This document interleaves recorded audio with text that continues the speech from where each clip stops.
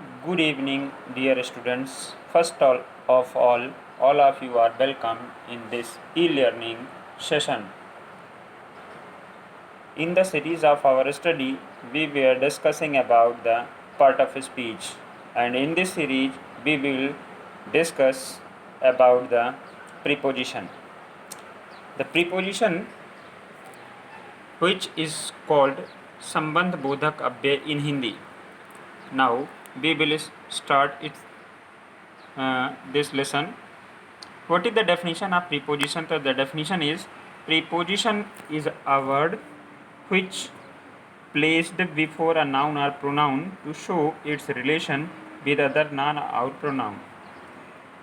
अर्थात preposition is a word, preposition एक शब्द होता है which placed before a noun or pronoun, जो किसी नाउन या प्रोनाउन के पहले प्रयोग किया जाता है टू शो इट्स रिलेशन, इसका संबंध दिखाता है विद द अदर नाउन और प्रोनाउन, यानी सेंटेंस में जो दूसरे नाउन या प्रोनाउन होते हैं उनमें संबंध बताने के लिए दूसरे वाले नाउन प्रोनाउन के पहले प्रयोग किया जाता है. For example, a boy sat under a tree. एक लड़का एक पेड़ के नीचे बैठा हुआ है. तो a boy this is the first noun and a tree this is the second noun. इसमें से बॉय का ट्री के साथ में क्या संबंध है ये शो होने के लिए हम एक वर्ड लगाते हैं अंडर, नीचे, यानी लड़का पेड़ के नीचे. तो this is the preposition. And the second example, Radha sits on the mat.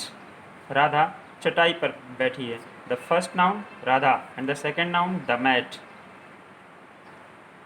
Radha and mat ये दोनों कैसे आपस में रिलेटेड हैं, उनका संबंध आपस में कैसा है, ये बताने के लिए एक वर्ड हम यूज़ करते हैं ऑन, यानी चटाई पर बैठी है. This is the preposition. Now kinds of the preposition. तो there are 5 kinds of the preposition. Simple preposition, double preposition, compound preposition, participial preposition and phrase preposition. Let's start the first preposition, which is simple preposition. तो simple prepositions are very simple. ये बहुत ज़्यादा simple होते हैं. It contains only one word, और इसमें केवल एक वर्ड शामिल होता है. दूसरे शब्दों में हम ऐसे कह सकते हैं जो एक वर्ड वाले प्रीपोजिशन होते हैं उन्हें सिंपल प्रीपोजिशन में रखा जाता है. For example, there is a parrot. एक तोता है. इन द गार्डन, बाग में, यानी बाग में एक तोता है. इन दिस में sentence noun parrot and the garden, ये भी नाउन, बोथ आर नाउन. तो कौन सा ऐसा वर्ड आपको दिखाई देता है जो इनका आपस में संबंध बताता हो? दैट इज़ इन, यानी गार्डन में पैरट है तो इन इज़ द सिंपल. अब ये सिंगल वर्ड का है. सम अदर सिंपल प्रीपोजिशन, कुछ दूसरे और सिंपल प्रीपोजिशन होते हैं. With, by, for, to, of, at, on, from, after, etcetera. The second is double preposition. Double preposition consist two simple preposition. Its mean double preposition में दो simple preposition मिलाकर बना होता है, या दो सिंपल प्रीपोजिशन शामिल करके फिर डबल बनता है. For example, she came in to the room. वह कमरे में आई. शी नाउन या प्रोनाउन, तो this is the pronoun, and the room ये हमारा नाउन हुआ. इन दोनों का संबंध बताने के लिए प्रयोग किया गया into. This is the preposition. In and to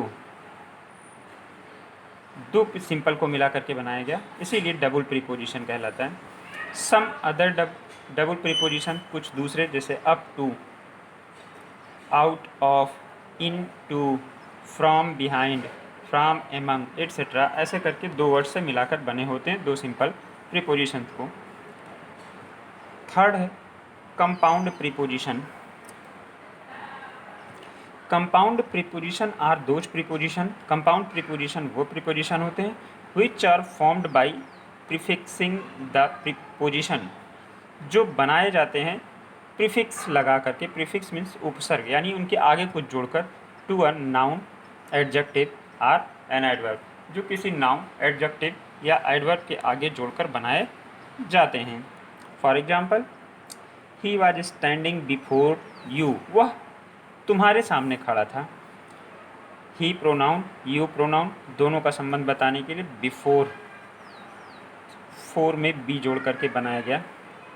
some other compound prepositions are along, long में ए जोड़ा, इनसाइड, साइड में इन जोड़ा, बिफोर तो फोर में बी, बिहाइंड में बी, बिलो में बी एंड अराउंड में ए।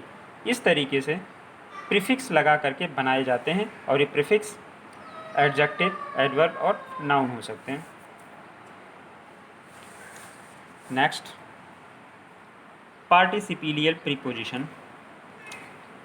Participial prepositions are those prepositions which are ending with ing and these are used independently in the sentence. It means participial prepositions are those preposition, participial preposition वो preposition होते हैं which are ended, जो ख़त्म होते हैं, समाप्त होते हैं with ing, यानी जो ing ऐसे प्रीपोजिशन होते हैं जो ing पर ख़त्म होते हैं, यानी इनकी स्पेलिंग के पीछे ing होता है। And these are used independently, और अकेले यूज किए जाते हैं स्वतंत्र रूप से इन द सेंटेंस, वाक्य में। For example, during the war, युद्ध के दौरान, एवरीथिंग वॉज कॉस्टली, सब कुछ महंगा था। In this sentence during ing, this is the preposition. Some other preposition participial, touching, regarding, pending, considering, all these prepositions are ending with ing. The last one is phrase preposition, a group of word which is used as preposition in the sentence is called phrase preposition. It means a group of words, ऐसे शब्दों का समूह which is used as preposition, जो वो पूरे शब्दों का समूह है वो प्रीपोजिशन के जैसे सेंटेंस में इस्तेमाल किया जाए उसे फ्रेज प्रीपोजिशन कहते हैं। For example, in spite of many attempts he failed, in spite of, this is the preposition. In spite of, बावजूद, मैनी अटेम्प्ट्स, कई प्रयासों, यानी कई प्रयासों के बावजूद, ही फेल्ड, वो फेल हो गया। तो इन स्पाइट ऑफ, देखिए 3 वर्ड्स का ग्रुप है।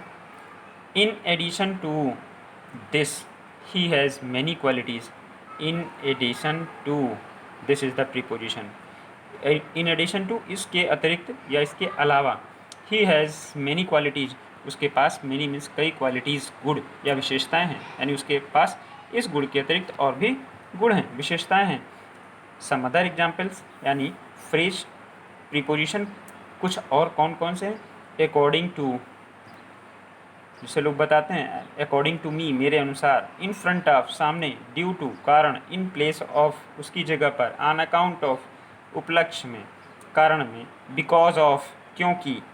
दीज एट्सेट्रा, ये सब, these are the phrase prepositions. I hope all of you understand about the preposition and its kind. Thank you.